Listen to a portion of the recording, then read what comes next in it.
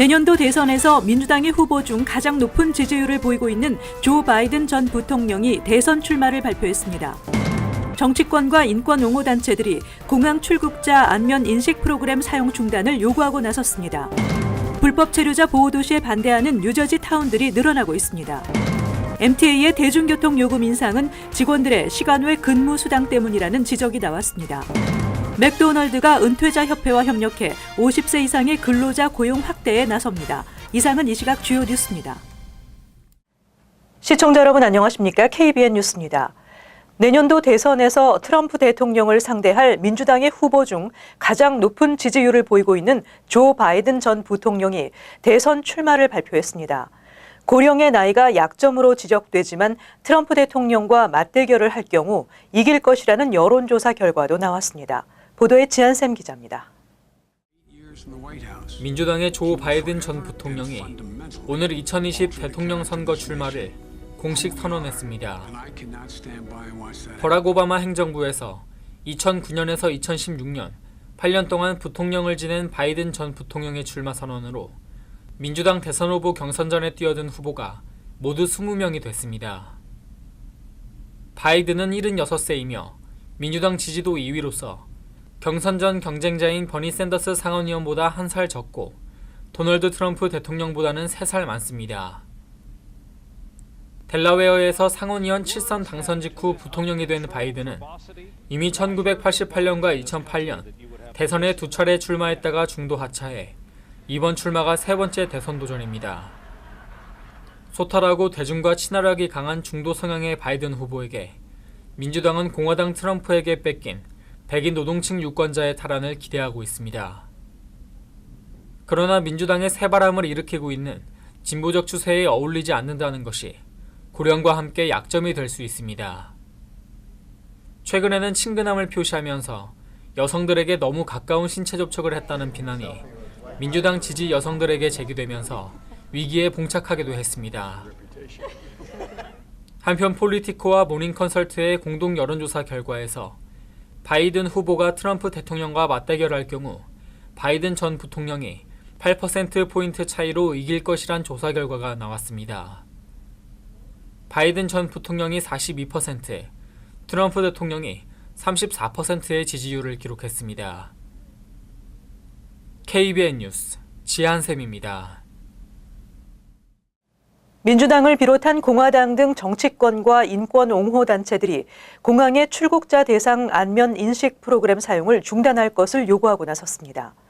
외국인 감시를 목적으로 하는 이 프로그램이 사생활 침해와 노출 우려가 있다는 주장입니다. 국토안보부가 계획하고 있는 전국 공항에서의 출국자 대상 안면 인식 프로그램에 대해 연방의회 민주당을 중심으로 반대 여론이 점차 커져가고 있다고 의회 전문 매체 더 힐이 보도했습니다. 이들은 안면 인식 기술이 아직 수많은 승객을 대상으로 사용할 수 있을 수준이 아니며 관련법이 완전히 마련되지 않은 상황에서 이를 도입해 운영하겠다는 것은 문제가 있다고 지적하고 있습니다.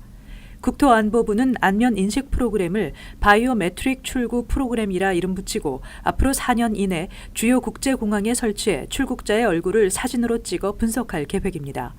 국토안보부는 이미 일부 공항에서 시범 운행을 통해 미국 체류 허용 기간을 넘긴 7,000명을 적발했다고 밝혔습니다. 트럼프 대통령은 이와 관련해 2017년 행정명령을 통해 이 프로그램의 론칭을 서두를 것을 요구했으며 의회는 이에 앞서 2016년 앞으로 10년 동안 10억 달러의 개발비를 승인한 바 있습니다. 이에 반대하는 정치권 일부와 민간에서는 이 프로그램이 미국 시민권자들도 사진에 찍히는 등 사생활 침범 요소가 있고 이렇게 수집된 자료들이 해킹으로 외부에 노출될 염려가 있다며 시행이 시기상조라는 입장입니다. 프로그램 도입과 운영을 맡은 국경세관 단속국에 수집된 얼굴 사진은 미국 시민일 경우 14일 후 폐기하며 외국인의 경우 최대 75년 동안 자료로 보관할 것으로 알려졌습니다.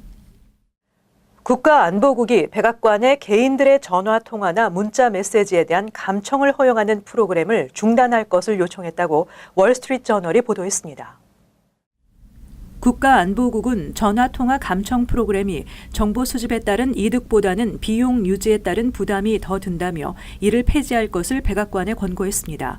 국가안보국은 한때 의회의 전화통화 감청 프로그램이 미국을 겨냥한 테러 계획을 사전에 파악하고 차단하는 데 필수적이라고 주장했던 점과 대비되는 부분입니다. 국가안보국은 법률 문제 등으로 올해 초 사실상 감청 프로그램을 중단했으며 의회가 프로그램을 연장하지 않으면 오는 12월 만료됩니다. 전화 감청 프로그램 연장 결정권은 국가안보국이 아닌 백악관에 있습니다. 조지 W. 부시 행정부는 2001년 9.11 테러 이후 만들어진 애국법에 따라 국가안보국은 법원 허가 없이 전화통화를 감청할 수 있게 됐습니다. 국가안보국은 잠재적인 테러 용의자를 색출하기 위해 미국 내에서 이루어지는 전화통화에 대한 광범위한 데이터를 수집해왔습니다. 하지만 국가안보국의 무차별적인 통화 감청은 2013년 러시아로 망명한 전 미국 정보요원 에드워드 스노든의 폭로로 2015년 6월 개인의 통신 기록을 확보하려면 법원에 영장을 발부받도록 하는 제한을 둔 법안이 시행돼 왔습니다. 경찰의 이민신분 확인과 이민국과의 공조를 금지하는 행정 지침에 따라 뉴저지주가 사실상 불법 체류자 보호주가 됐다는 평가가 나오고 있는 가운데 불법 체류자 보호 도시에 반대하는 뉴저지 타운들이 늘어나고 있습니다. 뉴저지 지역 경찰들이 이민 신분을 이유로 단속, 체포, 조사 등을 할 수 없고 연방 이민세관 단속국과의 공조도 금지하는 뉴저지 주 검찰의 지침에 반대하는 카운티와 타운 정부가 속속 나오고 있습니다. 지난 3월 뉴저지 주 검찰은 지역 경찰 3만 6천여 명을 대상으로 주민의 이민 신분 확인을 금지하고 연방 정부에 이민 단속에 공조하지 못하도록 하는 행정 지침을 발효시킨 바 있습니다.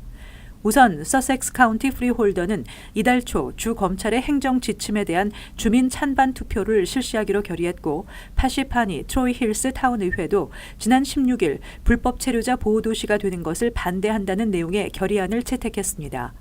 또 미들타운 프리홀더, 잭슨 등에서 불법 체류자 보호지역 선포를 반대하는 내용의 결의안을 잇따라 채택 중입니다. 이 같은 움직임은 불법 체류자 보호도시 표방이 오히려 주민 치안에 악영향을 줄 수 있다는 우려 때문이지만 이는 뉴저지 주정부의 방침과 정면으로 대치되는 것으로 앞으로 다른 지자체로의 확산 여부가 주목되고 있습니다. 한편 ICE 측은 주 검찰의 공조 없이도 불법 체류자 단속을 계속 적극 시행하겠다는 방침을 표명한 바 있으며 지난달 ICE 뉴저지 지부는 100명 이상의 불법 체류자를 체포했다고 발표했습니다. 맨하탄 32가 한인타운에서 맨홀 화재 폭발 사고가 발생해 6명이 부상을 입었습니다.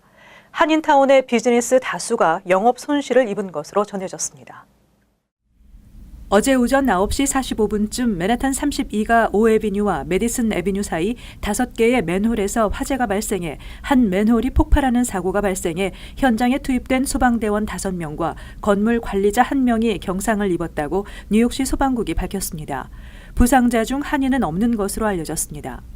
정확한 원인은 밝혀지지 않았지만 컨 에디슨은 사고 원인으로 전기 설비를 지적했습니다.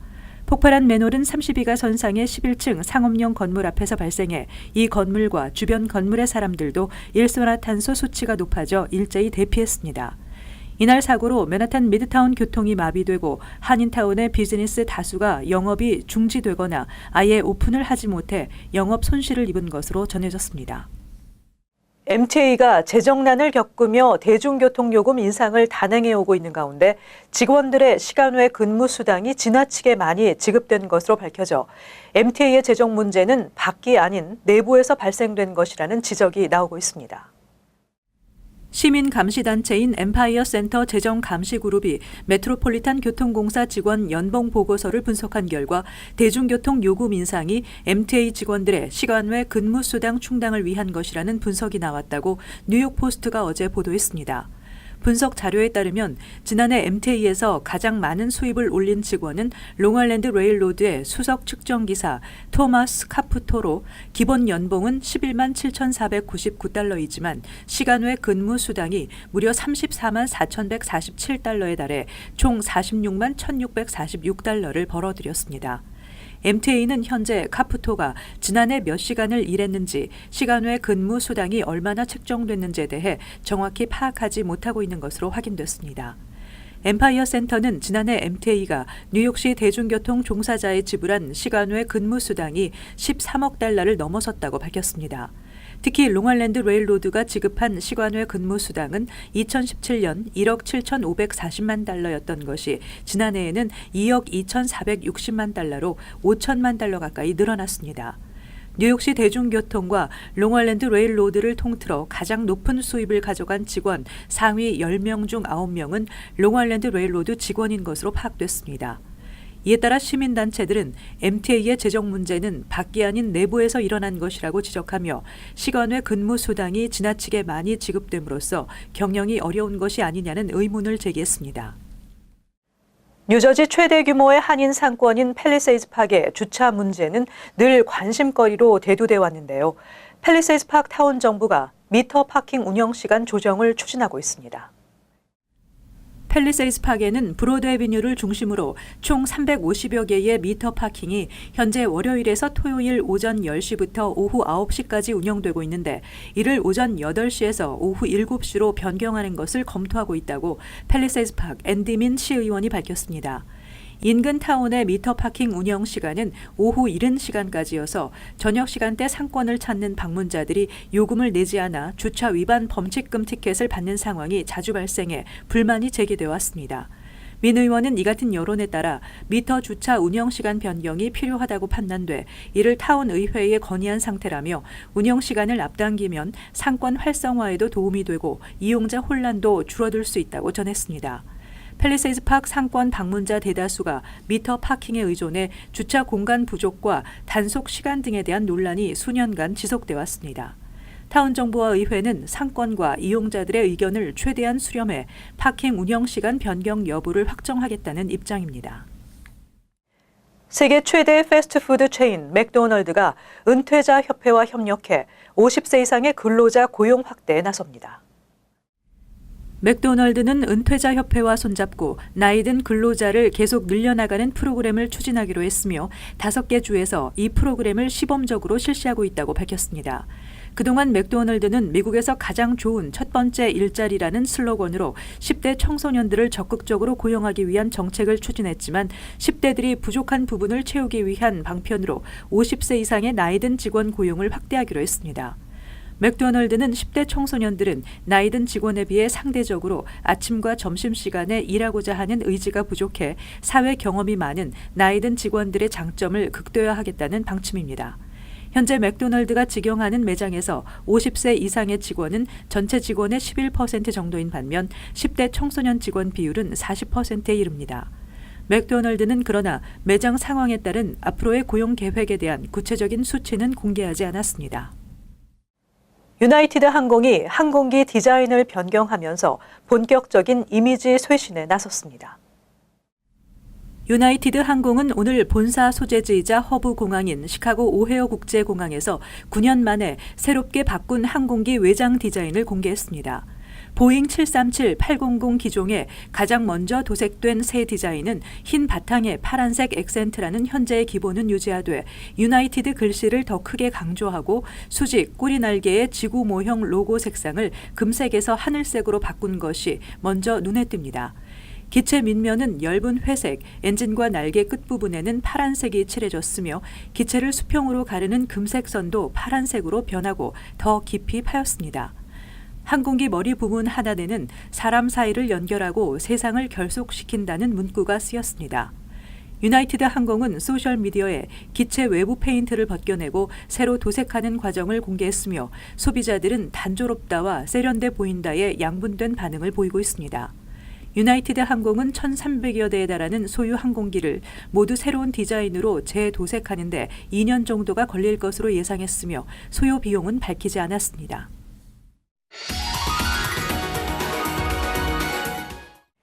이어서 LA 지역 한인사회 소식입니다. 오늘 성폭력 인식의 날인 데님데이를 맞아 한인타운에서 특별한 행사가 진행됐습니다. 한인가정상담소는 오늘 하루 직원들 모두 청바지와 청자켓을 입고 근무하면서 성폭행이나 강간 등 성폭력 사건을 방지하고 이에 대한 잘못된 선입견과 정보를 바로잡는 일에 동참했습니다. 이외에도 데님데이 창시자인 패티 기간수와 에릭 가세티 LA 시장은 시청에서 성폭력 방지를 위한 집회와 컨퍼런스를 개최하기도 했습니다. 한편 올해로 20회째를 맞는 데님데이는 지난 1992년 이탈리아 대법원이 성폭행 피해 여성이 꽉 맞는 청바지를 입었다는 이유로 합의하에 성관계를 맺었다고 판결 내린 것에 대해 여성들이 반발하면서 시작됐습니다. 4.29 폭동 27주년을 맞아 이번 주말부터 LA 한인사회에 다양한 기념 행사가 열립니다.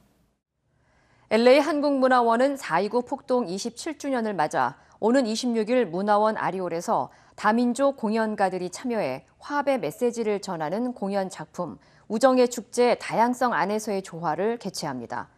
다음 날인 27일 오전 9시부터는 올림픽과 놀만디 인근에서 4.29 LA 폭동 기념식이 개최되고 흑인과 히스패닉 등 50여 개 커뮤니티 단체가 참여하는 평화 대행진 퍼레이드가 진행됩니다.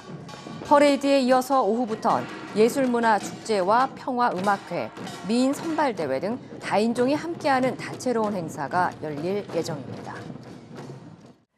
이어서 간추린 소식입니다. 미국 보이스카우트 조직 내에 아동 성학대 혐의가 있는 지도자들이 전국적으로 약 8천 명에 달하며 뉴욕주에만 130명, 뉴저지주에 50명이라는 주장이 나왔습니다. 피해 아동 측의 제프 앤더슨 변호사는 기자회견을 통해 버지니아 대학교 심리학과 자넷 워렌 교수의 보고서를 검토한 결과 1944년부터 2016년까지의 보이스카우트 조직 내 아동 성학대 현황과 7,819명의 가해자들 이름이 기록돼 있다고 밝혔습니다. 카네기 재단이 발표한 2019 앤드류 카네기 펠로우십 32인의 명단에 위스콘신 대학교 저널리즘 매스 커뮤니케이션 학부의 김영미 교수가 선정됐습니다. 앤드류 카네기 펠로우에 선정된 32명에게는 연구를 위한 $20만 달러의 상금이 수여됩니다. 김영미 교수는 디지털 시대의 미디어 환경이 정치 커뮤니케이션에 미치는 영향들과 관련한 연구들을 주로 해오고 있는 것으로 알려졌습니다. 경찰은 어제 지난 주말 스테튼 아일랜드에서 횡단보도를 건너던 89세 여성을 치어 사망케 하고 도주한 혐의로 김모 씨를 검거해 수사하고 있다고 밝혔습니다. 김 씨는 사고 직후 자동차 정비소에 사고로 인해 발생한 차량 고장 수리를 맡기는 등 증거 인멸을 시도했던 것으로 드러나 김 씨에게는 뺑소니와 증거 인멸 혐의 등이 적용됐습니다.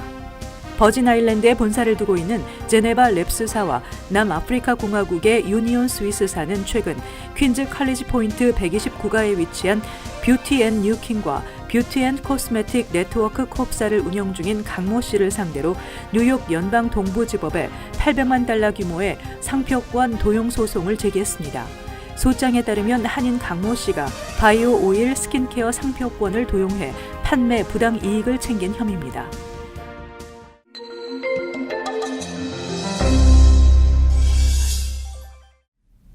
노아은행은 어제 뉴저지 포틀리 더블트리 호텔에서 2019년 정기 주주총회를 열고 신웅수 행장과 마이클 라인하드 최고 전략 책임자를 임기 3년의 사내 이사로 재선임했습니다.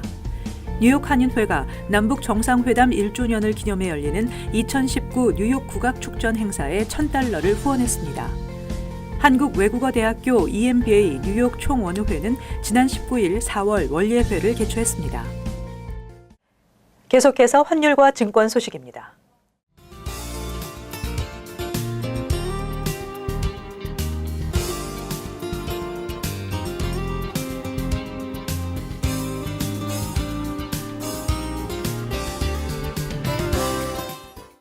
끝으로 날씨 전해드립니다.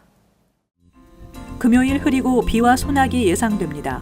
낮 최고 기온은 64도, 섭씨 영상 18도, 밤 최저 기온은 49도, 섭씨 영상 9도 예상됩니다. 토요일 맑고 바람이 다소 불겠습니다. 일요일 대체로 흐리고 오후에 비가 예상됩니다.